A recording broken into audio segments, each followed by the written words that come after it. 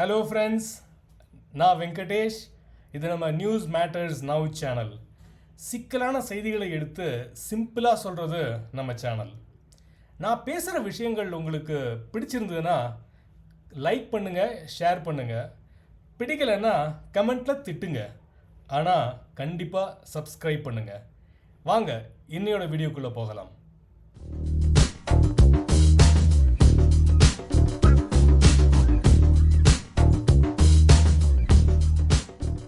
myV3 Ads இந்த கம்பெனியை பற்றிய 3வது வீடியோ இது என்னோட இந்த சீரீஸில். இந்த கம்பெனியின் அசுரத்தனமான வளர்ச்சி எப்படி 3 வருடங்களில் சாத்தியமானது, இதற்காக கம்பெனி எடுத்துக்கொண்ட ஸ்ட்ராட்டஜிஸ் என்ன அப்படிங்கிறத முதல் வீடியோலையும், இந்த அசுரத்தனமான வளர்ச்சிக்கு பிறகு ஏன் பலரும் இதை ஒரு பான்சி கம்பெனி என்று விமர்சிக்கிறார்கள், சிலர் கோர்ட்டுக்கே போயிருக்காங்க, அதற்கான முகாந்திரம் என்ன, காரணங்கள் என்ன அப்படிங்கிறத 2வது வீடியோலையும் நான் தெளிவாக எக்ஸ்பிளைன் பண்ணியிருந்தேன். இந்த 3வது வீடியோவுக்கு ஒரு ட்ராமாட்டிக்கான டைட்டில் கொடுத்துருக்கேன், அதாவது நெருங்கி வரும் ஆபத்து அப்படின்ட்டு. இதுக்கு காரணம் இன்னைக்கு இருக்கிற சிச்சுவேஷன். இந்த சிச்சுவேஷனை ஒரு தேர்ந்த பிஸ்னஸ்மேன் எப்படி அனலைஸ் பண்ணுவார், எப்படி ஹேண்டில் பண்ணுவார், எப்படி சொல்யூஷன்ஸ் தேடுவார் அப்படிங்கிறது தான் இந்த வீடியோ. நண்பர்களே, எம்டி சாருக்கு பெயில் கிடைக்குமா கிடைக்காதா, கோர்ட்லேருந்து என்ன தீர்ப்பு வரும், எப்படி இந்த கேஸ் ப்ரொசீட் ஆகும், எம்டி பெயிலேருந்து வந்த பிறகு மக்களுக்கு பணம் கொடுப்பாரா மாட்டாரா அப்படிங்கிற கேள்விகளுக்கான பதில் நான் தேட போகிறது இல்லை. மாற்றாக இதுக்கு மக்களாகிய நாம் எப்படி ஒரு சொல்யூஷன் கண்டுபிடிக்க முடியும், அப்படி கண்டுபிடிக்கலைன்னா என்ன பிரச்சனைகள் நமக்கு இருக்குது, மெம்பருக்கு இருக்குது அப்படிங்கிறத பற்றி தான் இந்த வீடியோவில் பேச போகிறேன். வாங்க போகலாம். எந்த ஒரு நிறுவனத்தின் வெற்றிக்கு பின்னாலும் இருக்கிறது அவங்களுடைய கஸ்டமர்ஸ். அந்த கஸ்டமர்ஸ் அந்த நிறுவனத்தின் மேல் வச்சிருக்கக்கூடிய நம்பிக்கை. இந்த நம்பிக்கை வெல்வது அப்படிங்கிறது ஒரு சாதாரண விஷயம் இல்லை. நிறைய எஃபர்ட் போடணும், நிறைய நாள் ஆகும். நீங்கள் ஒரு சின்ன எக்ஸாம்பிள் எடுத்துக்கோங்க. நீங்கள் ஒரு புதுசாக ஒரு மளிகை கடை ஆரம்பிக்கிறீங்கன்னு வச்சுக்கோங்க. ஒரு வாக்கின் கஸ்டமர் வராரு. அவர் ஃபஸ்ட் டைம் வரும்போது ஒரு சந்தேகத்தோடு தான் வருவார், இவங்ககிட்ட ஒரு நல்ல பொருள் கிடைக்குமா அப்படின்ட்டு. நீங்கள் நல்ல பொருளை கொடுக்கும் பொழுது அதை பயன்படுத்தி பார்த்துட்டு திரும்பியும் வராரு. திருப்பியும் நீங்கள் ஒரு நல்ல பொருளை கொடுத்தீங்கன்னா அவருக்கு நம்பிக்கை உண்டாகுது. நீங்கள் இது மாதிரி ஒவ்வொரு வாட்டியும் செய்யும் பொழுதும் அந்த வாடிக்கையாளரின் நம்பிக்கை ஜாஸ்தியாகிட்டே போகுது. ஒரு ஸ்டேஜுக்கு மேலே மற்ற எல்லா கடைகளையும் விட்டுட்டு உங்கள் கடைக்கு மாத்திரமே வராது, இல்லைங்களா? இதுதான் myV3 Ads நிறுவனம் 33 மாதங்களில் அச்சீவ் செய்தது.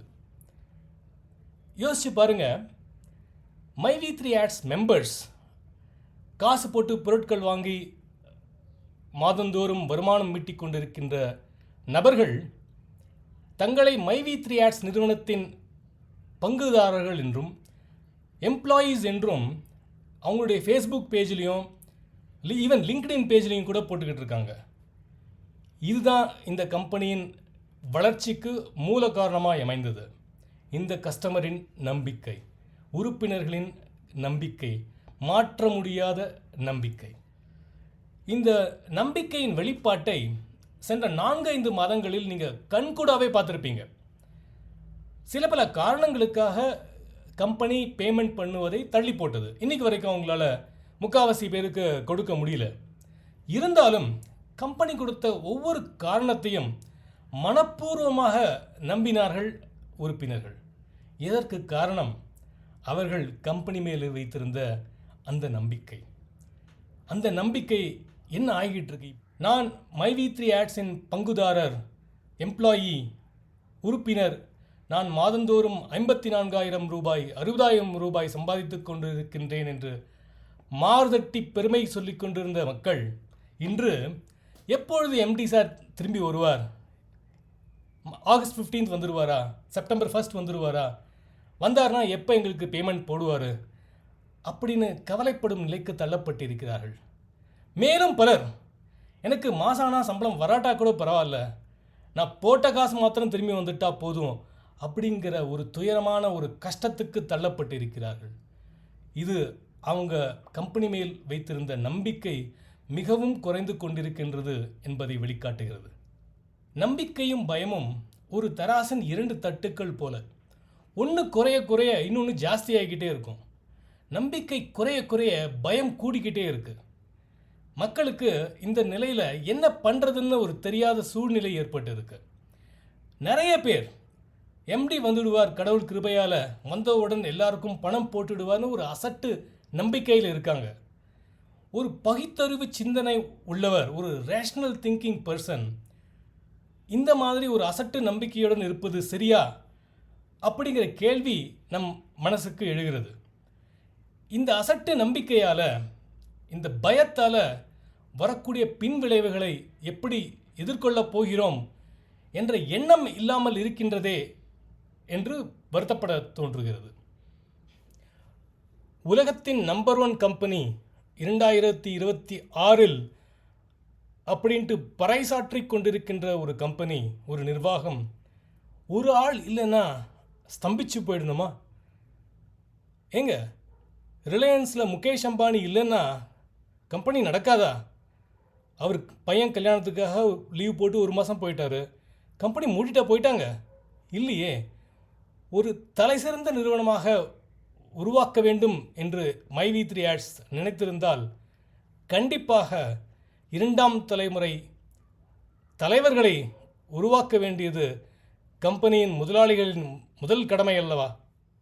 ஒரு ஸ்ட்ராங்கான செகண்ட் லெவல் லீடர்ஷிப் கம்பெனி ஏற்படுத்தியிருந்தால் இந்த அளவுக்கு மக்களின் நம்பிக்கை கொலைய விட்டுருப்பாங்களா?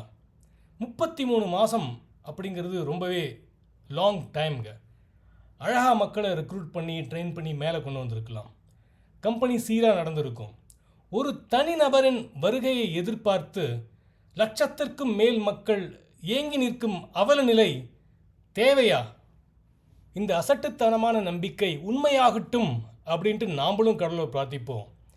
ஆனால் மக்களின் நம்பிக்கை இழந்த ஒரு நிறுவனம் எப்படி மீண்டும் தலை தூக்க முடியும், மீண்டும் புது மெம்பர்களை கொண்டு வர முடியும், பிஸ்னஸை எக்ஸ்பேண்ட் பண்ண முடியும் அப்படிங்கிற ஒரு கேள்வி நம்ம கேட்டே தீர வேண்டிய நிலையில் இருக்கோம் இல்லையா?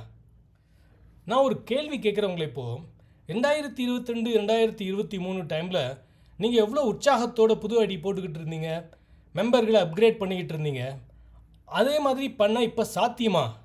எம்டி திரும்பி வரட்டும், எல்லாருக்கும் பேமெண்ட் போடட்டும், போட்ட பிறகும் புதுசாக வர மெம்பர்களுக்கு உங்களால் கேரண்டியாக சொல்ல முடியுமா இதை மாதிரி ஒரு சுச்சுவேஷன் திரும்பி வராது அப்படின்ட்டு?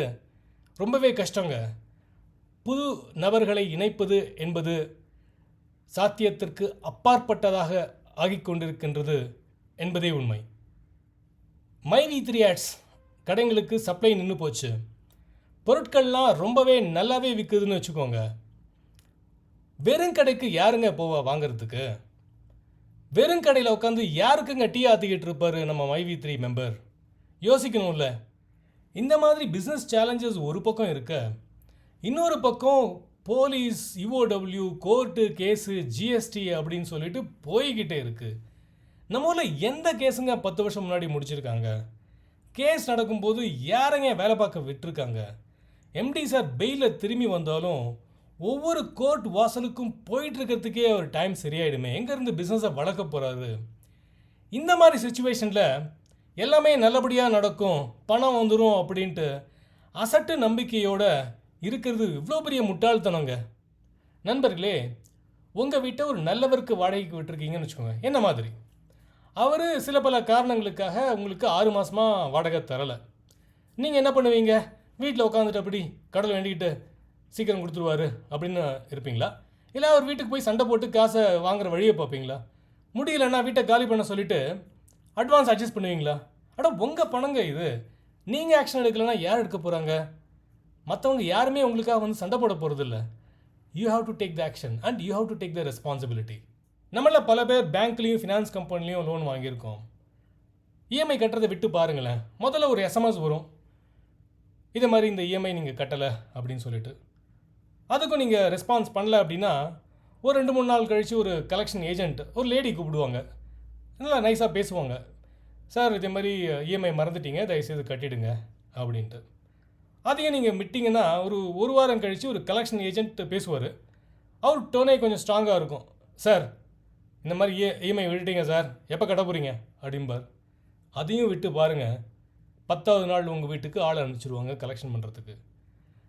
ஃபைனான்ஸ் கம்பெனிஸ்க்கு அவ்வளோ சீரியஸ்னஸ் இருக்கும்போது கலெக்ஷனுக்கு நாம் ஏன் நம்ம பணத்தை சீரியஸாக எடுத்துக்க மாட்டேங்கிறோம் அப்படிங்கிறது எனக்கு பெரிய புதிதாக இருக்குது. பர்ஸை தொலைச்சிட்டு கடவுளை வேண்டிக்கிட்டு வீட்டிலே உட்காந்துட்டு இருந்தால் பர்ஸ் தானாக நடந்து வீட்டுக்கு வந்துடுமா? நாம் தான் தொலைச்ச இடத்துல போய் தேடணுங்க.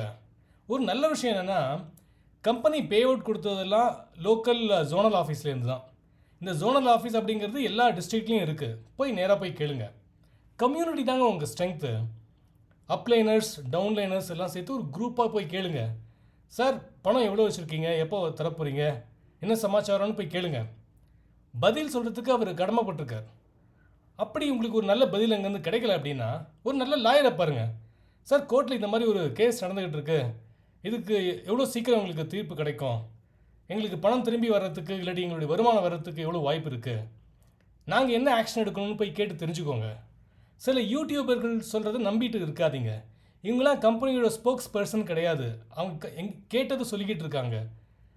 அவங்கள நம்பிக்கிட்டு நீங்கள் கண்ணை மூட்டிக்கிட்டு இருக்கிறது அர்த்தமே இல்லை. எப்பொருள் யார் யார் வாய் கேட்பினும் அப்பொருள் மெய்ப்பொருள் காண்பது அறிவு அப்படின்ட்டு திருவள்ளுவர் சொல்லியிருக்காரு. பகுத்தறிவின் உறைவிடம் தமிழகம். அதனால் இந்த விஷயத்தை பற்றி தீர விசாரிங்க. தீர விசாரிச்சிங்க அப்படின்னா ஒரு நல்ல தெளிவு கிடைக்கும். அந்த தெளிவை வச்சுக்கிட்டு ஒரு நல்ல முடிவு எடுங்க. அந்த முடிவு எல்லாருக்கும் பயனுள்ளதாக இருக்கட்டும்.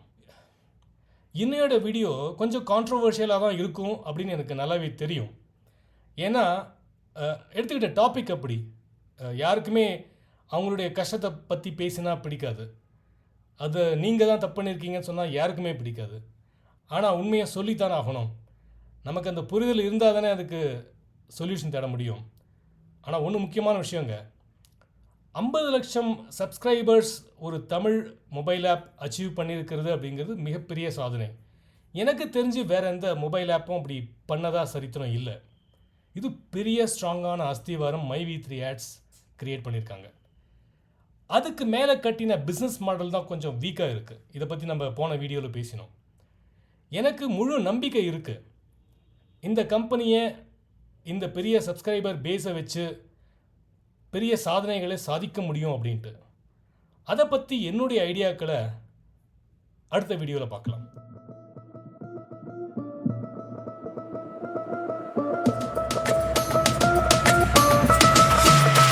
Hello friends, this is Venkatesh and you are watching News Matters Now channel.